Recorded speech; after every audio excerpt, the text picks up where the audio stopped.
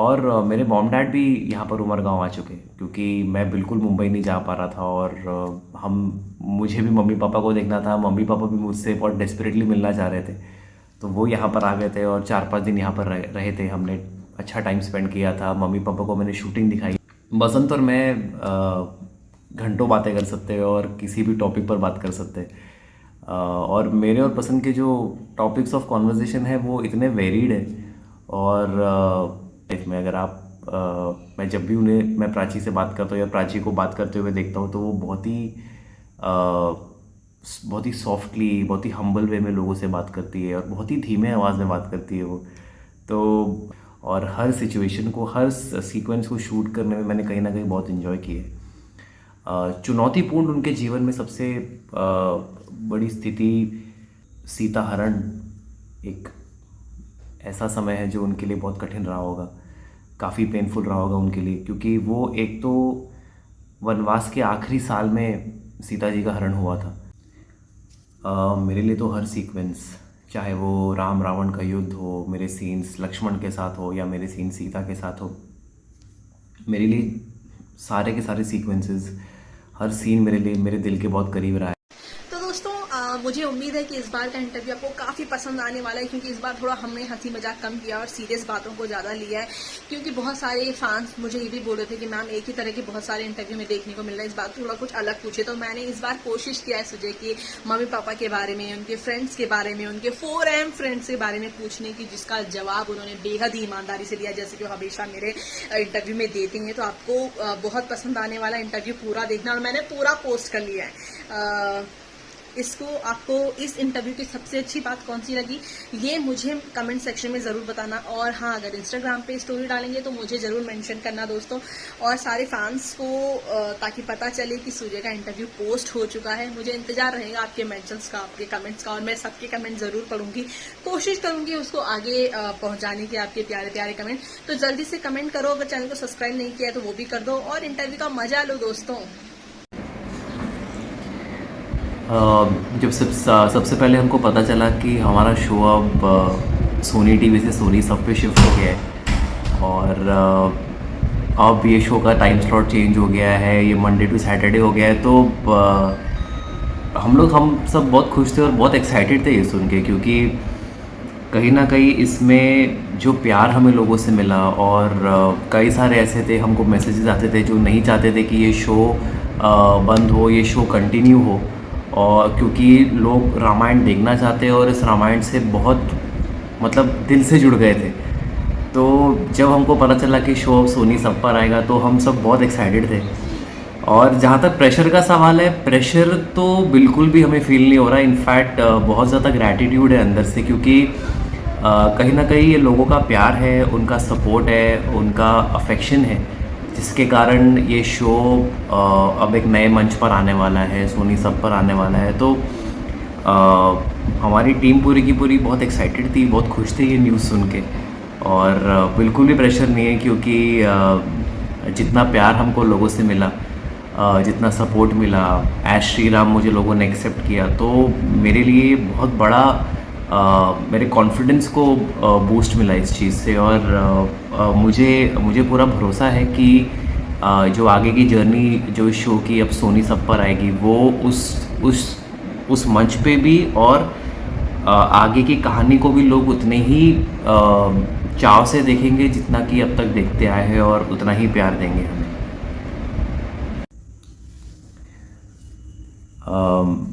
बसंत अगर मुझसे मेरे काम के प्रति निष्ठा लेना चाहते तो मैं आपको ये बात बता दूं कि बसंत भी अपने काम के लिए बहुत डेडिकेटेड है, और बहुत अच्छे एक्टर तो वो है ही, हम सब जानते हैं, लेकिन अपने काम को बहुत सीरियसली लेते हैं। और मैंने आज तक कभी उनको अनप्रिपेयर्ड देखा नहीं है सेट पे।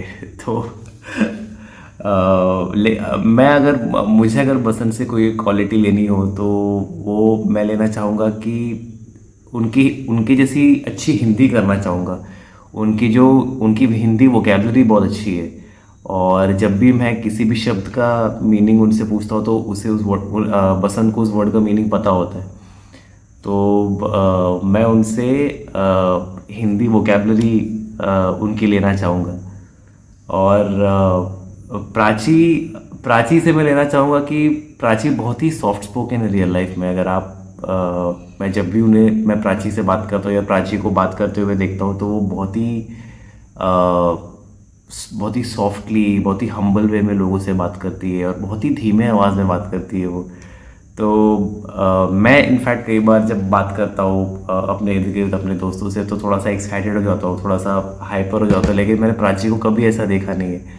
वो फ़नी से फ़नी चीज़ को भी बहुत ही सॉफ्ट वे में नरेट कर देगी। तो ये क्वालिटी बहुत इंटरेस्टिंग है प्राची की, जो मैं प्राची से लेना चाहूँगा। अ, बिल्कुल। कई ऐसे दिन आते हैं जब हम शूट कर रहे होते हैं और उमरगांव में काफ़ी समय जब आप बिता लेते हैं तो मैं अपनी फैमिली को मिस करता हूँ। और मुझे लगता है कि शायद आज काश मैं मुंबई में होता आज के दिन या किसी भी त्योहार के दिन। तो लकीली हम इस डे एंड एज में रह रहे हैं जहाँ पर अगर हम हमें किसी की याद आ रही है, किसी को मिस कर रहे हैं, तो हम सीधे उनसे वीडियो कॉल पर कनेक्ट कर सकते हैं। तो मैं अपनी फैमिली से रेगुलरली वीडियो कॉल पर बात करता हूँ, उनसे टच में रहता हूँ। और मेरे मॉम डैड भी यहाँ पर उमरगांव आ चुके हैं क्योंकि मैं बिल्कुल मुंबई नहीं जा पा रहा था। और हम मुझे भी मम्मी पापा को देखना था, मम्मी पापा भी मुझसे बहुत डेस्परेटली मिलना चाह रहे थे। तो वो यहाँ पर आ गए थे और 4-5 दिन यहाँ पर रहे थे। हमने अच्छा टाइम स्पेंड किया था। मम्मी पापा को मैंने शूटिंग दिखाई अपनी, क्योंकि वो शूटिंग देखना चाहते थे कैसे कैसे हमारी शूटिंग होती है रामायण की। तो ये एक चीज़ थी। और बाकी जो जब भी हम यहाँ पर बिज़ी होते हैं तो हम को एक्टर्स जो हैं आपस में काफ़ी चिल करते हैं साथ में, चाहे वो सेट हो चाहे वो ऑफ सेट हो। तो इस तरीके से क्या होता है कि जो हम फैमिली को थोड़ा कम मिस करते हैं और जो है समय जो है यहाँ पर वो हंसते खेलते निकल जाता है। मुझे लगता है कि श्री राम के जीवन में हम ऐसी कोई भी चीज़, ऐसा कोई भी समय हम नहीं बोल सकते जो ज़्यादा अच्छा हो दूसरे समय के मुकाबले या ज़्यादा चुनौतीपूर्ण हो, और कोई ऐसा समय आया हो उनके जीवन में जो कम चुनौतीपूर्ण हो। मुझे लगता है चाहे वो वनवास में जाना हो या सीता का हरण हो, चाहे राम सेतु बनाना हो, ये सारे ही बहुत ज़्यादा चुनौतीपूर्ण स्थिति रही है श्री राम के जीवन में। और अगेन किसी कौन से सिचुएशन को अच्छा बोलना या मेरा पर्सनल फेवरेट ऐसा कुछ भी ऐसा नहीं है, क्योंकि ये सारे ही सीक्वेंसेस जितने भी हमने शूट किए हैं, चाहे वो स्वयंवर हो, शादी हो, चाहे वो वनवास पर जाना हो, चाहे वो कोप भवन का सीक्वेंस हो, ये सारे ही जितने भी सीक्वेंसेस हैं ये सभी मेरे दिल के बहुत करीब है। और हर सिचुएशन को, हर सीक्वेंस को शूट करने में मैंने कहीं ना कहीं बहुत इन्जॉय किया है। चुनौतीपूर्ण उनके जीवन में सबसे बड़ी स्थिति अगेन मैं कहूँगा कि जो राम सेतु का निर्माण था, क्योंकि सबसे पहले उन्होंने वरुण देव से प्रार्थना की थी और उस वक्त थोड़ा श्री राम क्रोधित भी हो गए थे और उन्होंने कहा था कि मैं ब्रह्मास्त्र चला दूंगा। वो पूरा का पूरा वो जो राम सेतु का जो निर्माण था, वो जो पूरा का पूरा जो सीक्वेंस था और जिस तरीके से उसका वर्णन किया गया है स्क्रिप्चर्स में हमारे, और वो शूट करते वक्त भी मुझे ऐसा लगा कि ये बहुत बड़ी चुनौती उनके लिए रही होगी कि लंका तक जाना, वो भी सेतु बनाकर सागर पे। और जिस तरीके से पूरी की पूरी वानर सेना जुट गई थी उसमें बनाने में, नल नील का उसमें योगदान था, अंगद, हनुमान जी, सब ने मिलके जिस तरीके से वो पूरा बनाया था, वो बहुत इंस्पायरिंग है लेकिन बहुत चुनौतीपूर्ण भी था। और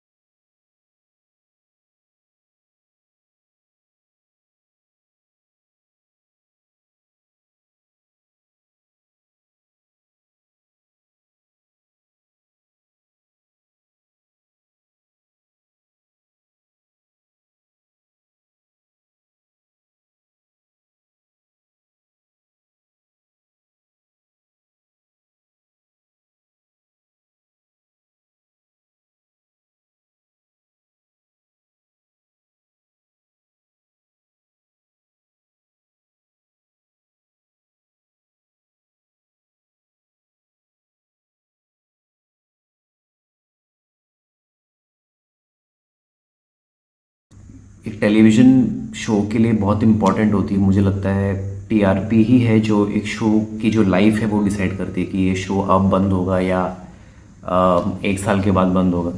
लेकिन बतौर एक्टर मुझे रेटिंग से इतना फ़र्क नहीं पड़ता है, क्योंकि रेटिंग किसी भी हफ्ते चाहे कम आई हो चाहे ज़्यादा आई हो, मैं मेरा जो काम है, मेरे काम के प्रति डेडिकेशन है वो सेम ही रहती है। और स्पेशली रामायण जैसे शो में मुझे लगता है रामायण एक ऐसा शो है जो टीआरपी या किसी रेटिंग्स से उसको जज किया जाना थोड़ा अनफेयर है, क्योंकि रामायण है ये। हम इसको टीआरपी के अंडर या किसी भी ऐसे ऐसे स्कैनर में नहीं लेकर आ सकते। और इस शो को लोगों का इतना प्यार मिला है, और लकीली जहाँ तक रेटिंग का भी सवाल है, हमारा शो रेटिंग में बहुत ही अच्छा रहा है। और सोनी सब पर आने के बाद इसकी ओपनिंग इतनी अच्छी रही है, हमको बड़ी अच्छी रेटिंग मिली है अपनी फर्स्ट वीक में। तो टीआरपी इम्पॉर्टेंट है, लेकिन एज एन एक्टर मैं पर्सनली उसके बारे में इतना नहीं सोचता हूँ। मेरा जो काम है वो सेम ही रहता है, चाहे कम टीआरपी हो चाहे ज़्यादा टीआरपी हो। सबसे कठिन श्री राम के जीवन में मुझे लगता है कि सीता हरण एक ऐसा समय है जो उनके लिए बहुत कठिन रहा होगा, काफ़ी पेनफुल रहा होगा उनके लिए, क्योंकि वो एक तो वनवास के आखिरी साल में सीता जी का हरण हुआ था, और वहीं से उस आखिरी साल में हरण से लेकर लंका तक पहुंचना और पूरा का पूरा युद्ध कांड हुआ था।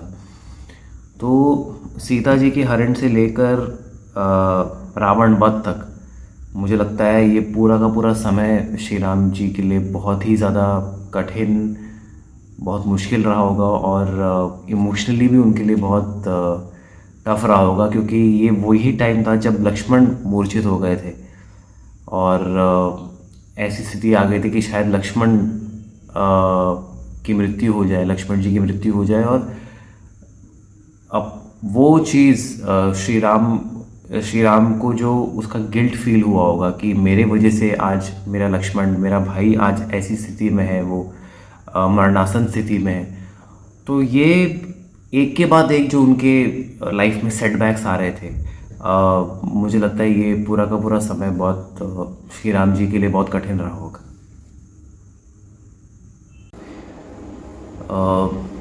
जहाँ तक अपने जीवन में बदलाव लाने का सवाल है, वो तो मैं मानता हूँ कि सिर्फ मैं ही नहीं, कोई भी श्री राम के बारे में अगर पढ़ेगा या सिर्फ सुनेगा वो भी अपने अंदर बदलाव महसूस कर सकता है, क्योंकि उनका जीवन इतना इंस्पायरिंग रहा है। इतने उन्होंने अपने जीवन में ना जाने कितने प्रेशर देखे, कितना पेन देखा है, कितना ऐसे सिचुएशंस देखे जो शायद हम अपनी लाइफ में इमेजिन भी नहीं कर सकते, लेकिन फिर भी उतने प्रेशर, उतने एडवर्सिटीज़ झेलने के बावजूद भी इतने वो स्टेडी और इतने काम रहते हैं, और इतने वो अपने अंदर उनका जो करुणा भाव है वो कभी नहीं जाता, उनका कंपैशन वही का वही होता है। तो ये सारी चीज़ें मुझे लगता है हम सीख सकते हैं श्री राम के जीवन से, और हर किसी की रिस्पेक्ट करना इक्वली, चाहे वो कोई भी हो, हर किसी को इक्वली ट्रीट करना, इक्वली रिस्पेक्ट करना।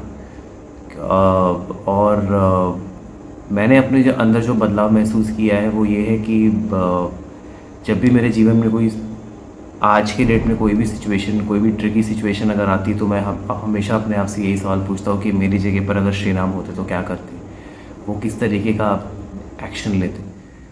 तो ये बदलाव मैंने अपने अंदर महसूस किया है, और मुझे लगता है कि मैं अब हर सिचुएशन में मैं अपने आप को जितना काम हो सके मैं रखना चाहता हूँ, क्योंकि श्री राम के जीवन से सबसे बड़ी सीख यही है कि लाइफ है तो प्रेशर्स आएंगे, मुश्किलें आएंगी, कठिनाइयाँ आएंगी, लेकिन अब हमको हमारा जो कोर है, जो इंटरनल जो कोर है, वो अगर स्टेडी है, वो अगर काम है अंदर से, तो हम कितने भी बड़े प्रेशर को, कितनी भी कठिनाइयों को हम झेल सकते हैं, उन्हें हैंडल कर सकते हैं। मेरे लिए तो हर सीक्वेंस, चाहे वो राम रावण का युद्ध हो, मेरे सीन्स लक्ष्मण के साथ हो या मेरे सीन सीता के साथ हो, मेरे लिए सारे के सारे सीक्वेंसेस, हर सीन मेरे लिए मेरे दिल के बहुत करीब रहा है। और ये पूरी की पूरी जो जर्नी रही है अब तक की मेरे लिए, जितना मैंने इन्जॉय किया है उतना मैंने सीखा भी बहुत है। क्योंकि श्री राम की अगर हम जीवन शैली देखें तो उन्होंने हर किस्म का इमोशन, हर तरीके का इमोशन उन्होंने एक्सपीरियंस किया। उन्होंने, उनका वो एक वॉरियर का एग्रेशन भी है, वो कामनेस भी है, वो कंपैशन भी है, जो कभी उनके साथ, कभी उनके पास हमेशा रहती है। वो हमेशा कंपैशनेट ही रहे हैं। तो वो हर तरीके का भाव, हर इमोशन अपने चेहरे पर लाना एज एन एक्टर, वो आँखों में वो करुणा भाव होना। तो एज एन एक्टर मैं बहुत बहुत सारी चीज़ें मैंने सीखी है इस शो के दौरान। और मुझे लगता है ये जर्नी मुझे लाइफ लॉन्ग याद रहेगी। मैं ये जर्नी कभी नहीं भूलूंगा। तो थैंक यू दोस्तों ये इंटरव्यू देखने के लिए। उम्मीद है आपको ये पसंद आया होगा, तो बनी रहिए हमारे साथ और ऐसे ही मेरे चैनल को प्यार दीजिएगा, कमेंट करके अच्छे अच्छे कमेंट करिएगा। जल्द ही श्रीमद् रामायण के एक और इंटरव्यू के साथ आपसे मुलाकात होगी। हम जल्द आपके लिए कोशिश कर रहे हैं, हमारे पास सारी रिक्वेस्ट आती है फैंस की जो जो वो चाहते हैं, और जल्द ही हम कोशिश कर रहे हैं और लोगों से भी बात करने की। तो और भी लोगों का क्या सोचना है इस पूरे शो के बारे में जल्द ही आपको पता चलेगा। तब तक के लिए अपना ध्यान रखिए और यूं ही प्यार करते रहिए।